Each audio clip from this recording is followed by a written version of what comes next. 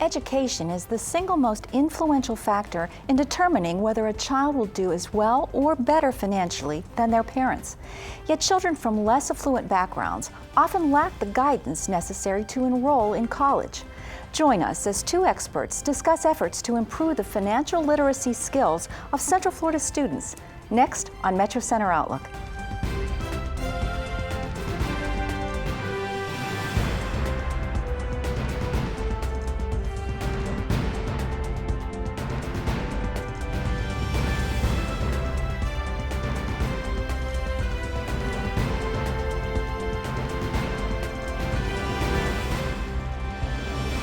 Hello, I'm Diane Trees.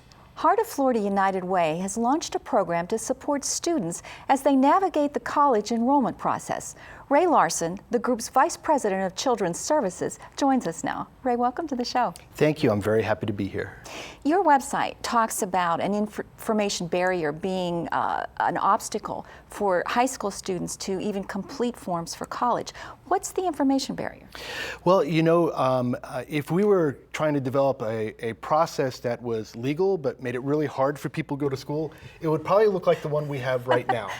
You know, every school has different deadlines, different requirements, different language, and oftentimes, particularly for students that come from first-generation families or low-income families, don't have people to help them go through the process. The very process itself becomes a barrier for them being able to go to school. Very, very stressful. What is CFCAN, Central Florida College Access Network?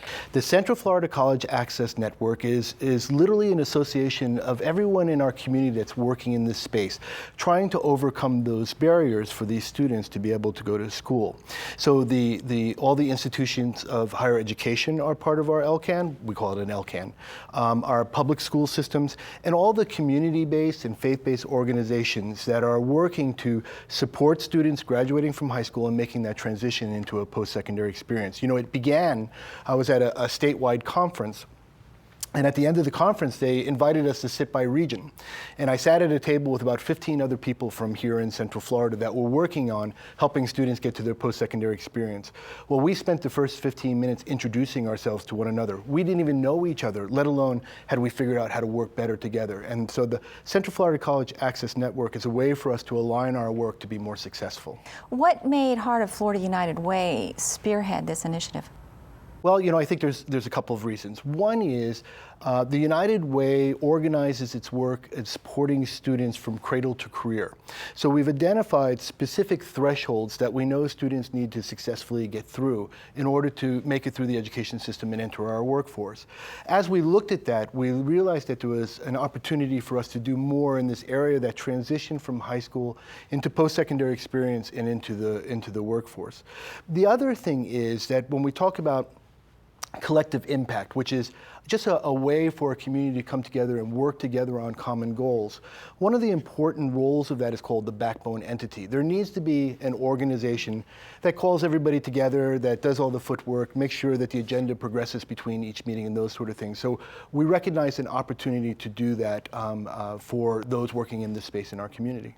Now, with CFCAN, there's a collective goal with the institutions to help increase the rates of FAFSA completion. Yes. So first off, what is FAFSA? And secondly, why is this so important? It's a very important question, and it is a very important thing for our community to be aware of. And FAFSA is the free application for federal student aid. And I want to emphasize the very first word. It's free. And I say that because one of the barriers to FAFSA completion is that there are sites out there that charge for people to do the FAFSA site. So I want to say that I didn't know first that. thing. Yeah, it's an unfortunate thing, and that becomes one of the barriers, particularly for our low-income students. But FAFSA is the gateway to financial aid. And you know, we just went through, you know, graduation time from high school, and we all saw pictures of beautiful classes of kids graduating from high school. I think what everybody needs to know is that less than half of our students that are graduating from high school, our seniors graduating from high school, fill out the FAFSA. The FAFSA makes them eligible for financial aid, all sorts of financial aid, not just federal financial aid, but financial aid from the institutions and other organizations in our community. If you ask students, particularly low-income first-generation students, but all students, why they're not going to school or why they're not going to the school that they want to go to, they'll say a couple of things, but they're always going to talk about the cost and that they can't afford to. Less than half of the kids that were graduating from high school are even in the game for that financial aid. So it's critically important for us as a community to identify the reasons why. Why is our FAFSA completion rate so low? And how do we raise that so more kids can get the financial aid they need in order to be able to go to school? So you're saying less than half of our students in Central Florida are completing the form. How much money are we leaving on the table with this?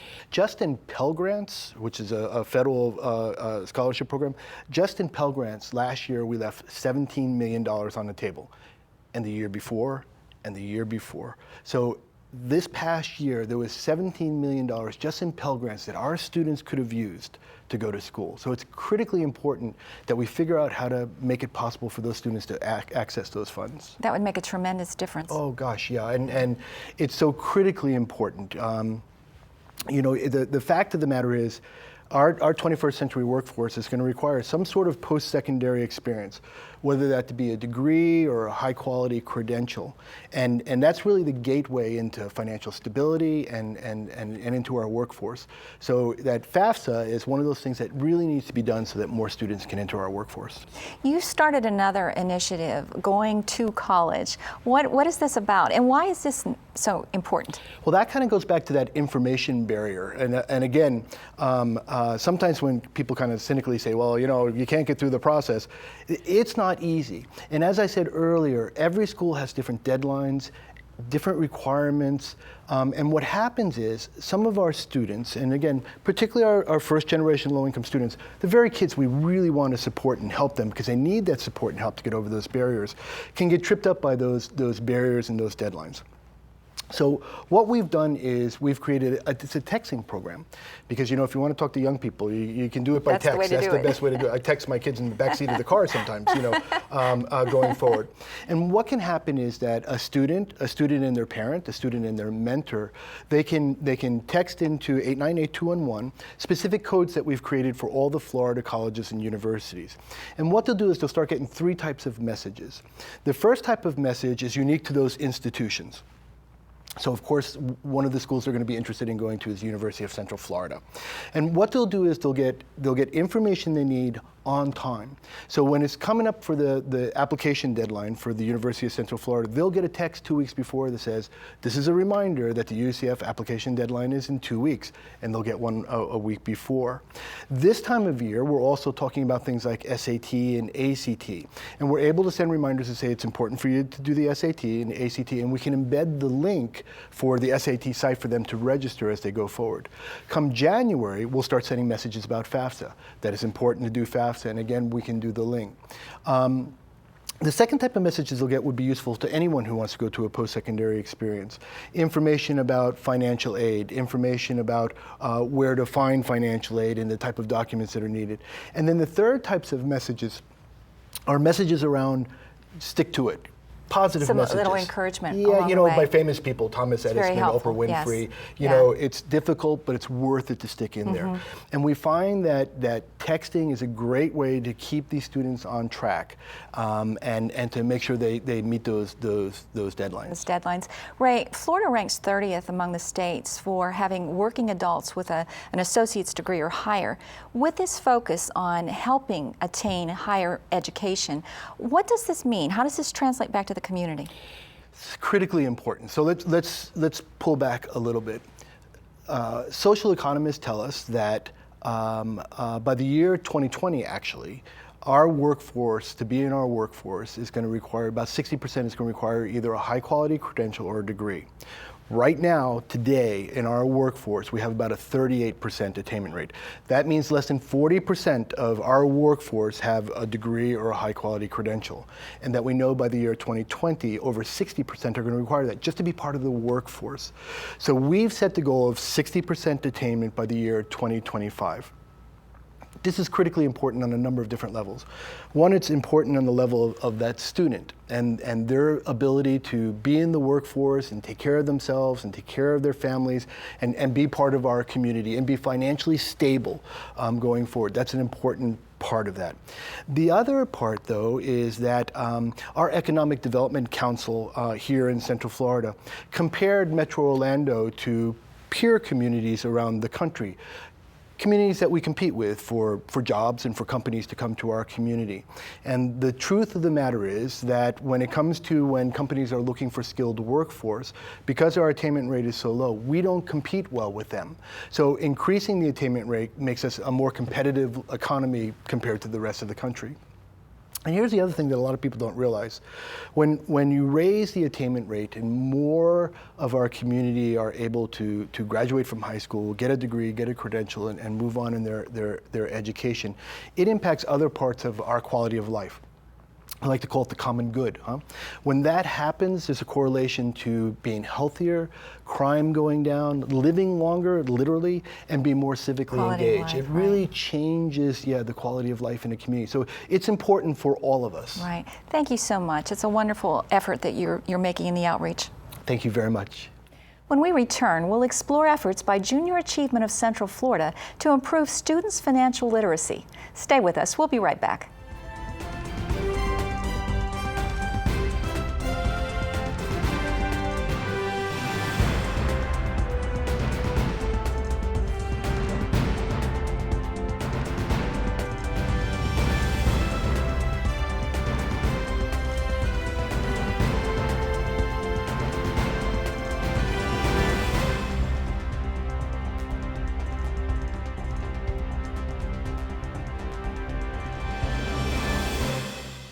With us now is Kathy Panter, President of Junior Achievement of Central Florida, which fosters work readiness, entrepreneurship, and financial literacy skills in students. Kathy, welcome to the show. Thanks, Diane. It's great to be here. Thank you for having me. You're welcome. JA started out a long time ago, primarily to teach economics and business to students. How has it changed through the years to keep up with what students need now?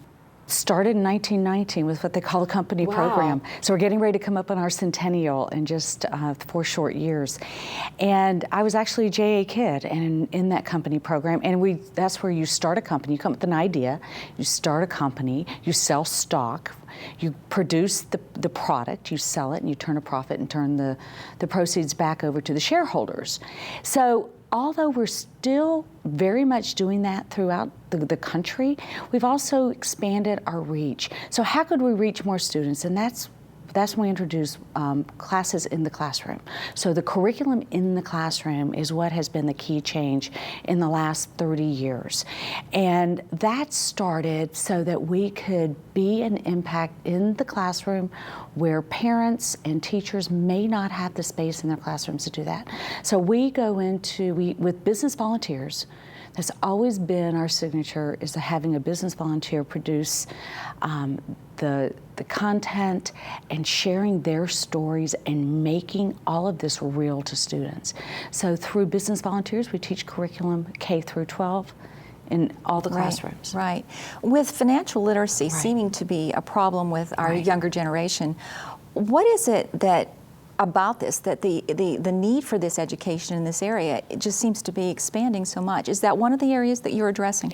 It absolutely is, and we start in kindergarten with wants versus needs. Kindergarten. We're in the classroom in kindergarten, and I can tell you that probably is the most fun because you can just see the excitement on the children's faces in elementary school. So we start in kindergarten, and when you look at today's needs, and when you look at the families of today, we actually have so many people that don't understand financial literacy. Adults as well. Adults that don't. And so when adults are having struggles in their own lives, it's very difficult to teach that to their students. And also, if you'll think about the strains on our teachers and on their time in the classroom in recent years, having someone different come in and talk about the conversation about financial literacy and the concepts, it really changes the dynamic in the classroom, and it allows the volunteer to come in and teach those core competencies, because teachers are under and administrators have tremendous pressure for testing. What are some of the basics that you're teaching through JA in financial literacy elements? So in the financial literacy piece, we have personal finance, which is a 6-week program that a volunteer teaches. But one of the things we're most excited about is in 12th grade, we have a program called Finance Park Virtual, and that is satisfies the state legislation for a half credit of personal finance. Every graduating student in the state of Florida has to have a half credit personal finance. Right. And so Finance Park Virtual has allowed us to come in. It's 26 sessions long, 19 are teacher-led, 3 of them are volunteer-led, and then there's an online component as well that provides simulation. So we're using simulation. So that's the virtual part of it. That's I wondered the when I virtual saw it on part. your website, yes. Exactly. And so a student assumes an identity that they're given, and then they have to live within the means. So the one we always hear about is the cell phone bill, because they have to actually have a budget. So if they're an architect, if they're a teacher, if they're a retail associate, they have to become that person, Right. and they have to live within their means. So you're actually teaching them budgeting skills, Budgeting. how to pay the bills, Correct. Manage credit card expense. Manage credit card expense, how to pay for post-secondary education. Oh, that's another element, totally. Very much so. In post-secondary education, we talk about it's not always a 4-year school. It's not always, it may be career and technical education. And so one of the things that we do in the area of work readiness is we work with students to help them identify where their interests are and what is their journey going to look like? What is the path that they need to take to fulfill their career objective? Well, I was wondering about the financial aid literacy part of it, because I was Yes. reading the average graduate now comes out of college $28,000 in debt. Correct. And it's not only navigating how to apply, but it's what to do with the money when they get it, because it doesn't Correct. necessarily always go directly into tuition. So you are providing a service then for high school students to deal with that end of it as well. And when we talk about college and potential debt, we actually start that conversation early in 9th grade, where we start talking about managing your debt, start talking about how to pay for education. And so many students don't realize all that is available to them to be able to keep that to an absolute minimum or no debt. But how do we manage our income, and how do we manage those loans that we potentially have to take? But our goal is also to help students see ways to avoid having to have financial debt. Is that a relatively new aspect that you've introduced, or have you been doing that for a while? It's become even most important at the JA Academy. And let's talk about the JA Academy. If you don't mind, I'd love to. No, it's very unique, and your It partnerships. is. So just tell us about. The JA Academy was just, we have board retreats, a board of directors. Remember, we're a nonprofit organization with an amazing board of directors. And 11 years ago now, it was just a crazy dream. Different things happened. We had some economic challenges as a nation. Yes. And Orange County Public Schools came back to us after we'd had many conversations, but came to us and asked us to put our academy at Oak Ridge High School. As they were reimagining Oak Ridge High School and the school was being built, they offered to partner with us and allow the JA Academy for Leadership and Entrepreneurship to be housed at Oak Ridge High School. So did you start the academy then? Yes. So it began, that was the beginning of That was that, the along very with the new beginning. school, so you could work At the together. same time. At Oak Ridge High School, we have one tower. We started our first year with 9th grade only. And this is a full immersion magnet program. So most magnet programs are one class per day. So the JA Academy, the first year they're actually with us 6 out of 7 classes. So the concepts and the pillars of junior achievement are woven throughout their entire curriculum. The teachers are hand-selected, and they take on additional responsibility because we have very specific things we want the students to be able to understand. It's about collaboration, personal responsibility. Students have to have a 2.5 GPA to get in, just like with all other magnets. However, we hold them to a higher standard. To stay in, it has to be 3.0. We provide uniforms for the students. Oh. and it's a polo shirt. We require that they dress business on Mondays. Well, that's another aspect of it. So it's really preparing them for their next. And so we start in 9th grade talking about the concepts of JA, and trying to make sure that they understand they don't have to go into debt, that there are many options, and we want them to find their passion and find the direction that they want to go.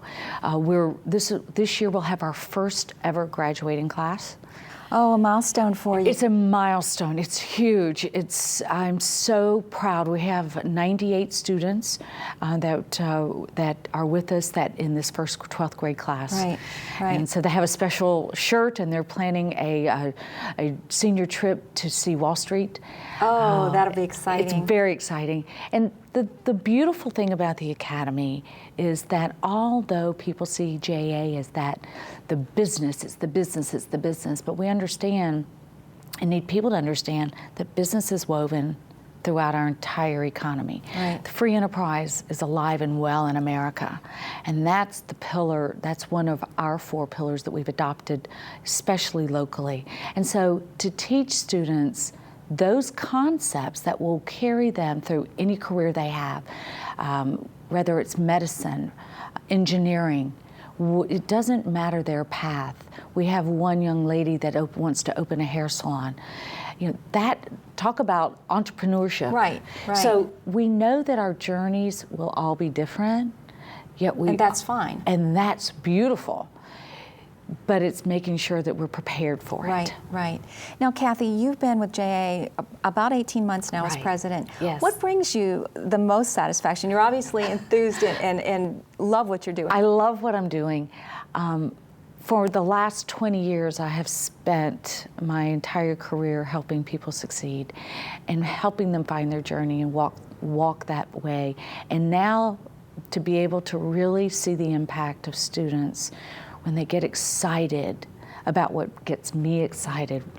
And we touched 50,000 students last year. And we'll continue to grow our impact and our footprint in Central Florida. So when you talk to students and when you talk to them 10 years later, and they still will tell you what they did in junior achievement. Yes. But when you see the faces and you go into the classroom, and I've had the opportunity to do this so many times, and you just see that they get it. Yeah. The excitement. The excitement. For you as well as for them.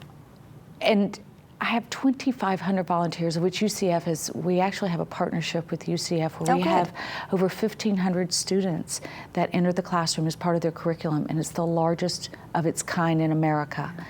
And knowing that we're impacting not just the students in the classroom, but all the volunteers that make it possible. It's it a really good is. situation, right? It really is. And being able to provide a workforce for our community, to me, I see that as one of our, if we're not focused on the workforce of tomorrow and very clearly outlining what employers need, Right.